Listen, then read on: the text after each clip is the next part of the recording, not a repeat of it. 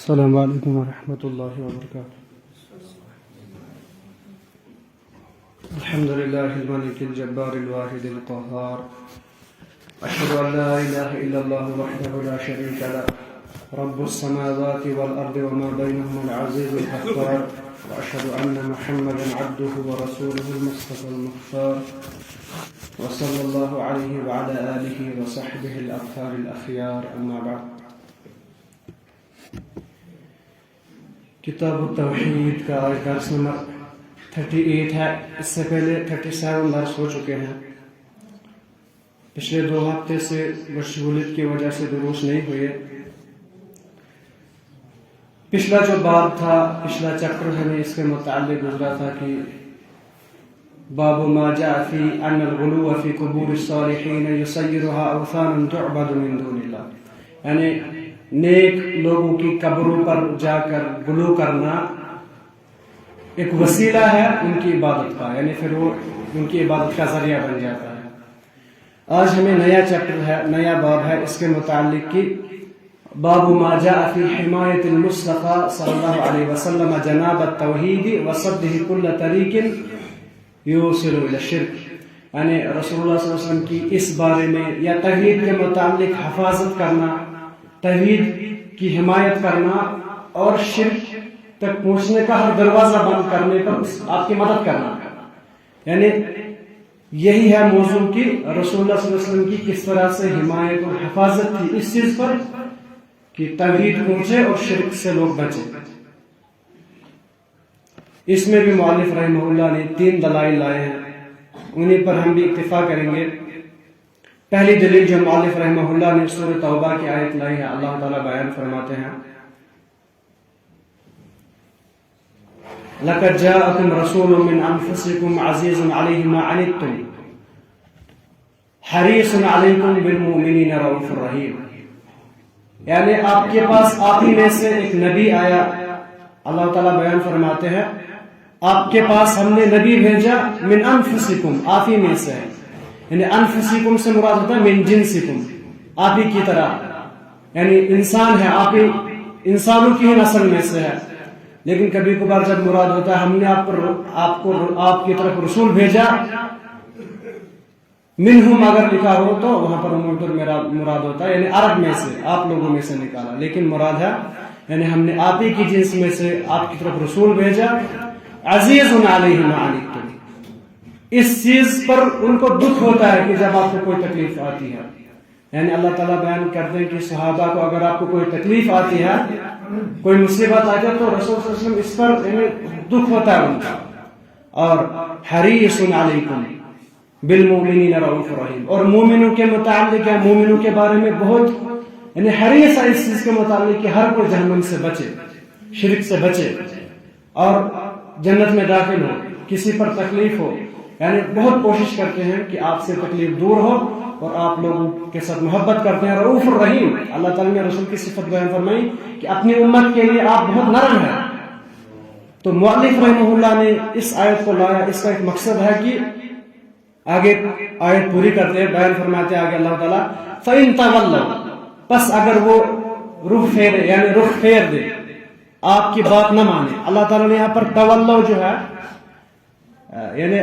غائب کا صیغہ استعمال کیا، جبکہ خطاب سامعین سے ہے، لیکن اس لیے کیونکہ رسول اللہ صلی اللہ علیہ وسلم سے اللہ تعالیٰ سے رخ پھیرنا یعنی بری چیز ہے، اسی لیے غائب کے صیغے سے استعمال کیا کیونکہ مکروہ ہے۔ تو اگر صحابہ یا لوگ یا جو آپ کی دعوت قبول نہ کرتے ہیں تو آپ پریشان نہ ہو، فَقُلْ حَسْبِيَ اللَّهُ، آپ کہو یعنی اللہ تعالیٰ میرے لیے کافی ہے، لا الہ الا هو علیہ توکلت وہو رب العرش العظیم، اسی پر میں توکل کرتا ہوں اور وہ عرش عظیم کا رب ہے۔ اللہ تعالیٰ اپنی عزت یعنی کبھی کبھار یہ بیان کرتے ہیں کہ اللہ تعالیٰ عرش کے رب ہے، کیوں؟ کیونکہ عرش جو ہے فوق کل شیء، ہر چیز کے اوپر ہے، اور عرش سب سے بڑا ہے مخلوق میں۔ تو جب اس کا رب ہے اللہ تعالیٰ تو عام یعنی اس سے اللہ تعالیٰ کی تعظیم میں اضافہ ہوتا ہے یا ان کی شان بڑھتی ہے۔ تو اس آیت کو لانے کا یہ مقصد ہے کہ اللہ کے نبی علیہ السلام کتنے حریص ہیں اپنی امتوں کے لیے، سب کچھ بیان کیا، تو اسی لیے رسول اللہ صلی اللہ علیہ وسلم نے ہر وہ طریقہ بند کیا جو شرک تک لے جاتا تھا۔ کہیں لوگ شرک میں مبتلا نہ ہو، کیونکہ آپ حریص تھے، آپ چاہتے تھے لوگ بچے شرک سے، اسی لیے اس آیت کو مؤلف رحمہ اللہ نے یہاں پر لایا. یہاں تک کہ ابو ذر غفاری رضی اللہ تعالیٰ عنہ کی ایک حدیث سے فرماتے ہیں اللہ کے رسول علیہ السلام نے ہمیں اس حال پر چھوڑا کہ ایک پھڑپھڑانے والا پرندہ جو ہوتا ہے اس کے بارے میں بھی بتا دیا، طہارت کے ایک مسائل گنے، تو ہم کس طرح سے پھر نئی نئی چیزیں شروع کر کے شرک میں مبتلا ہو جاتے ہیں. یا پھر اللہ کے رسول صلی اللہ علیہ وسلم کیسے ہمیں کسی اچھی چیز سے محروم کر سکتے ہیں، نہیں بتائیں گے جس میں خیر ہو. تو اللہ کے رسول نے ہر خیر بتانے کی کوشش کی ہے. اس کے بعد مؤلف رحمہ اللہ نے یہاں پر حدیث لائی ہے. ابی ہریرہ رضی اللہ تعالیٰ عنہ روایت فرماتے ہیں، کہتے ہیں قال رسول اللہ صلی اللہ علیہ وسلم لا تجعلوا بیوتکم قبورا، اپنے گھروں کو قبر نہ بناؤ، اپنے گھروں کو قبرستان نہ بناؤ. مراد یہ ہے کہ یعنی دو مراد ہیں، یا تو گھروں میں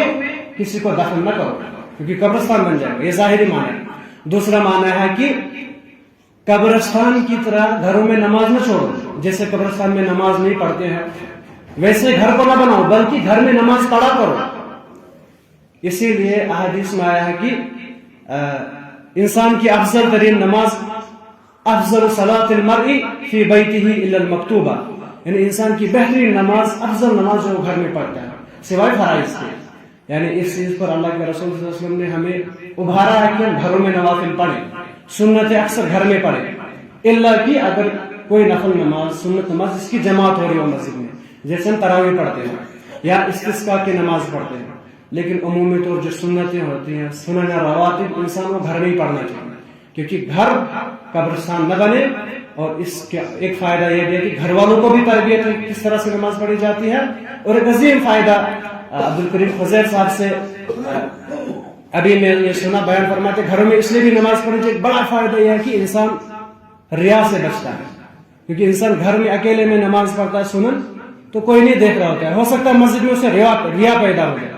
اس لیے انسان کوشش کرنا چاہیے کہ نوافل یا سنن گھر میں ہی پڑھے، اللہ کی جماعت وغیرہ ہو یا کوئی خصوصی نماز ہو تو باقی فرائض کا اہتمام مسجد میں ہی کیا جانا چاہیے. تو یہاں پر مراد ہے کہ اللہ کے نبی نے کہا گھروں کو قبرستان نہ بناؤ،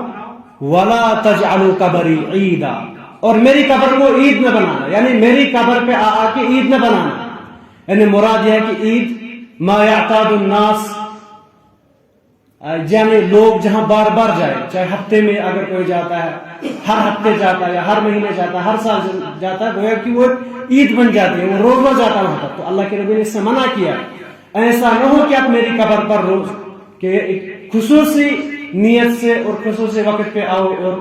وہاں پر پھر کچھ امیدیں رکھو. اللہ کے نبی علیہ السلام نے اس سے روکا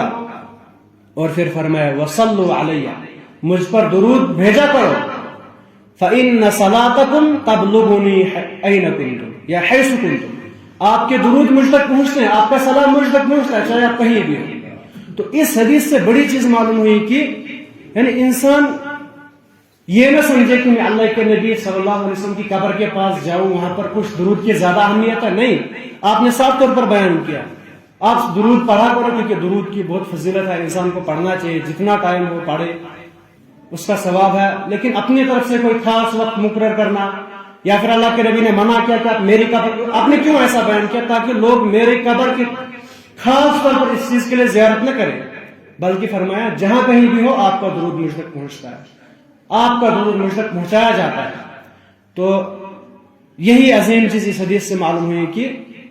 اگر ہم اللہ کے نبی علیہ الصلوۃ والسلام کی زیارت، ان کی قبر کی زیارت خصوصی طور نہیں کر سکتے، آپ کی قبر مبارک کی زیارت خصوصی طور نہیں کر سکتے، تو کسی غیر نبی، کسی ولی یا اولیاء کرام کی قبروں کی زیارت ہم کیسے کر سکتے ہیں؟ اللہ کے نبی علیہ السلام نے اس سے روکا، علماء نے سختی سے روکا اس سے. البتہ اگر کوئی آدمی یہاں سے جاتا ہے مسجد نبوی یا مسجد حرام، کیونکہ اللہ کے نبی علیہ السلام نے منع کیا لا تشد الرحال الا الى ثلاثه مساجد، اب سوائے 3 مسجدوں کی کسی اور جگہ کسی اور مسجد کی طرف یعنی سفر کا قصد نہ کرو. اور وہ 3 مسجدیں کون کون سی ہے؟ مسجد الحرام یا مسجد النبوی یا مسجد اقصی. ان کے علاوہ آپ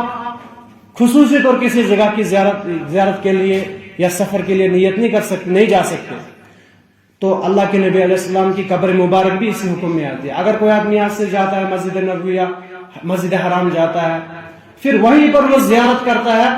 وہ اس حکم میں نہیں ہے، وہ جائز ہے، اس میں کوئی مسئلہ نہیں ہے. لیکن کوئی آدمی خصوصی طور یہاں پر جاتا ہے آپ علیہ السلام کی قبر پر درود پڑھنے کے لیے، سلام پڑھنے کے لیے، یا کسی اور تبرک کی نیت سے، کسی برکت یا کچھ یعنی مانگنے کی نیت سے، تو وہ شرک میں مبتلا، کیونکہ اللہ کے نبی علیہ السلام نے اس سے سختی سے منع کیا. آپ کی قبر پر جانا شرک نہیں تھا، لیکن خطرہ تھا کہ یہ شرک کا ذریعہ بن جائے، تو اللہ کے نبی علیہ السلام نے دروازہ ہی بند کر دیا. اس کے بعد ایک اور حدیث لائی ہے مؤلف رحمہ اللہ نے، عن علی بن حسین، علی بن حسین بن علی بن ابی طالب، یعنی علی رضی اللہ تعالیٰ عنہ کے پوتے علی بن حسین، یہ کبار تابعین میں سے تھے، یہ بھی 93 ہجری میں ان کی بھی وفات ہوئی ہے. ان کا لقب جو تھا زین العابدین تھا. بیان فرماتے ہیں انہ رأى رجلا یجیء الی فرجۃ، ایک دن انہوں نے دیکھا کہ ایک آدمی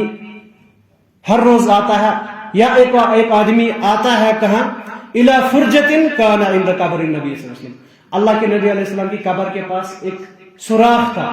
یا ایک کھڑکی کی شکل میں ایک دیوار میں جو سوراخ جہاں سے دکھتا ہے وہ اسی کے پاس آتا تھا. بعض روایت میں وہ سہیل بن سہیل تھے، لیکن بیان فرماتے ہیں وہ آدمی فیدخل فیہا، پھر اس میں داخل ہوتے تھے، شاید سوراخ بڑا تھا، فیدعو، اور وہیں پر دعا کرتے تھے. یہ نہیں کہ آپ صلی اللہ علیہ وسلم سے مانگتے تھے بلکہ دعا کرتے، یا پر درود پڑھتے تھے. تو فنہاہ علی بن حسین یعنی علی رضی کے پوتے نے انہیں منع کیا اور کہا الا احدثکم حدیثا، کیا میں آپ کو ایک حدیث بیان نہ کروں، سمعتہ، جو میں نے سنی، عن ابی، اپنے باپ سے، عن جدی، انہوں نے اپنے باپ سے، یعنی میں نے اپنے باپ حسین رضی اللہ سے سنا، انہوں نے علی سے سنا، عن رسول اللہ، انہوں نے رسول سے سنا. یہاں پر عن یعنی عنعنہ ہے اس میں، لیکن مدلس کی عنعنہ ہی ضعیف ہوتی ہے، ورنہ باقی روات کی نہیں ہوتی ہے. تو بیان فرماتے وہ حدیث کیا ہے، فرمایا اللہ کے نبی علیہ السلام نے کہا لا تتخذوا قبری عیدا، میری قبر کو عید یعنی یہاں پر روز یہاں پر نہیں آنا، یعنی بار بار میری قبر کی زیارت نہ کرنا، اور کسی خاص نیت سے، ولا بیوتکم قبورا، اور نہ اپنے گھروں کو قبرستان بنانا، وصلوا علیہ، اور مجھ پر درود بھیجنا، فإن تسلیمکم یبلغنی حیث کنتم، تم جہاں کہیں بھی ہو آپ کا درود مجھ تک پہنچایا جائے گا. جیسے کہ بعض روایت میں آیا کہ ایک آدمی اگر اندلس میں ہو یا ایک اگر مدینہ میں ہو تو کوئی فرق نہیں ہے، دونوں کا درود آپ تک پہنچایا جاتا ہے، اور جو فرشتے ہیں وہ اللہ کے رسول صلی اللہ علیہ وسلم تک اس درود کو پہنچاتے ہیں. ایک روایت میں آیا ہے اس طرح سے کہ اگر آپ میری قبر کے پاس آ کر درود بھیجتے ہیں تو میں اس کو خود سنتا ہوں، اگر آپ درود سے بھیجتے ہیں اسے میرے پاس فرشتے لاتے ہیں. لیکن یہ ضعیف روایت ہے، لیکن ضعیف روایت سے بچنا چاہیے. تو یہ ہمارا باب تھا. پھر مالک رحمہ اللہ نے بیان کیا رواہ فی المختار، اس حدیث کو مختار یعنی ضیاء الدین مقدسی نے، عبد الغنی مقدسی نے اس حدیث کو اپنی کتاب میں لایا ہے. تو اس یعنی خلاصے کے طور پر اس باب میں مؤلف رحمہ اللہ نے یہ سمجھایا کہ اللہ کے نبی علیہ السلام نے بہت کوشش کی ہر شرک کا ذریعہ بند کرنے کا، توحید پھیلانے کا. تو اللہ کے نبی علیہ السلام نے یہ ذریعہ بھی بند کیا کہ کوئی لوگ کسی خاص نیت سے میری قبر کی زیارت کے لیے آئے اور پھر وہاں پر درود پڑھے یا وہاں پر مجھ سے مانگے اور یہ شرک کا ذریعہ بن جائے. کیونکہ پچھلی قوموں کے بارے میں کہا اتخذوا قبور انبیاء مساجد، وہ انبیاء کی قبروں کو مسجد بناتے تھے. ہم نے پڑھا مسجد بنانے کا یہی مطلب نہیں ہے کہ ہم قبر پر زیارت بنا دیا بڑی مسجد بنائے. اگر ایک آدمی قبر پر نماز ہی پڑھتا ہے وہ بھی مسجد بن گئی، کیونکہ ساری زمین اس امت کے لیے مسجد ہے. تو اللہ کے نبی علیہ السلام نے اپنی قبر سے اگر روکا ہے، اگر یہ افضل عمل ہوتا یعنی غور کرنے کی بات ہے، اولیاء کرام کی قبروں کے پاس جانا افضل عمل ہوتا تو اللہ کے نبی علیہ السلام کی قبر کے پاس افضل عمل نہیں ہوتا. آپ کی قبر کی زیارت کرنا افضل عمل میں سے ہوتا. پھر اللہ کے علیہ السلام اس سے روکتے نہیں بلکہ آپ نے روکا. تو پھر غیر نبی کے بارے میں ہم خود ہی اندازہ کر سکتے ہیں کہ اگر ایک انسان خاص نیت سے ہر ہفتے کسی ولی کی قبر کے پاس جاتا ہے یا ہر مہینے ہر سال جاتا ہے، تو اگر کچھ خاص نیتیں لے کر جاتا ہے، اگر وہاں پر دعا کرتا ہے تو شرک اکبر میں مبتلا ہو گیا. تو ان چیزوں سے بچنا چاہیے. اللہ تعالیٰ سے دعا کہ اللہ تعالیٰ حق کہنے اور اس پر عمل کرنے کی توفیق دے. اقول قولی ھذا استغفر اللہ لی ولکم ولسائر المسلمین انہ تعالی جواد کریم بر رب رؤوف.